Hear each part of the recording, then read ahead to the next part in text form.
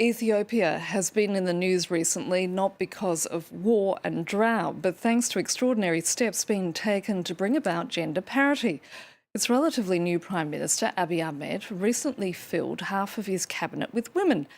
Then the country's parliament appointed the nation's first ever female president, Sahle-Work Zewde. In addition, Birkadan Medessa, a former judge and leading opposition figure, has just been sworn in as the head of the nation's electoral board. Now, watching these developments closely is Awol Allo, a professor at Keele University in the UK and a specialist in both human rights and Ethiopia. He joins me now. Awol, thanks for your time. These are incredible decisions by the Prime Minister and the Parliament, especially given the traditional conservative nature of Ethiopian society. But do such steps go far enough?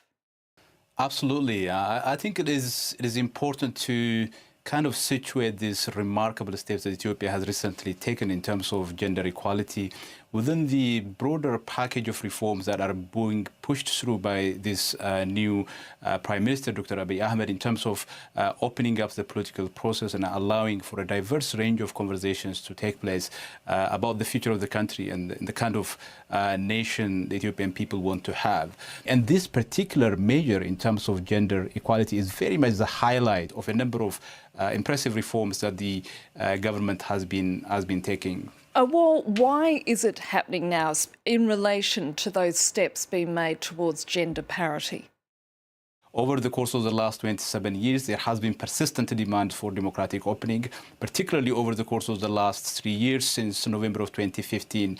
There has been relentless protest by people on the street demanding for change for the country going forward. But given the kind of patriarchal nature of the Ethiopian society, gender equality wasn't even part of public discourse. You know, whenever conversations about gender equality take place, it is very much on the margin of society within the universities in the humanities department, but it has never been a serious political issue. And I think that is precisely why these development, as you mentioned, are transformative measures precisely because of where we were as a country in the past.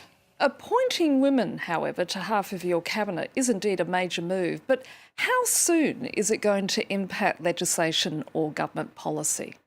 I think the role that these appointments would have is important in so many ways. It doesn't mean that it would certainly eclipse centuries of inequalities and all types of prejudices and stereotypes that exist towards women within society. But I think having the voice of women, the visibility of women in public spaces, particularly in those highly authoritative government positions, with all the powers that comes, with all the trappings of powers that comes with ministerial positions, I think for the Ethiopian public to be able to see those people taking those stages and speaking, addressing public policy, that would start the process of disrupting that stereotypical prejudicial attitude that deeply exists within society.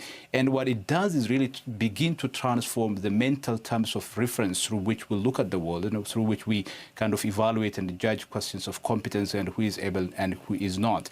So in terms of, I think, starting the process of rupturing that tradition and bringing about cultural and attitudinal change, I think it plays a very significant role. It's about allowing that women to take that public stage.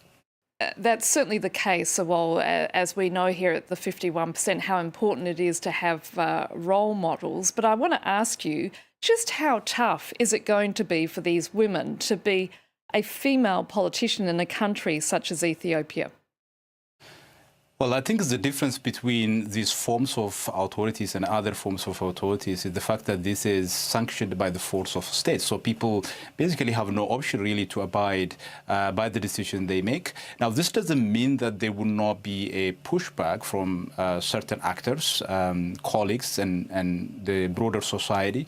But I think this is a state power, and one of the distinctive features of state power is the fact that it is accompanied with some kind of sanction. So I think that is precisely why this is different, and that's why this would have such a transformative effect on young girls who are watching on television while these women are making this discussion, and it makes it easier for them to say this is possible for me in a few years' time.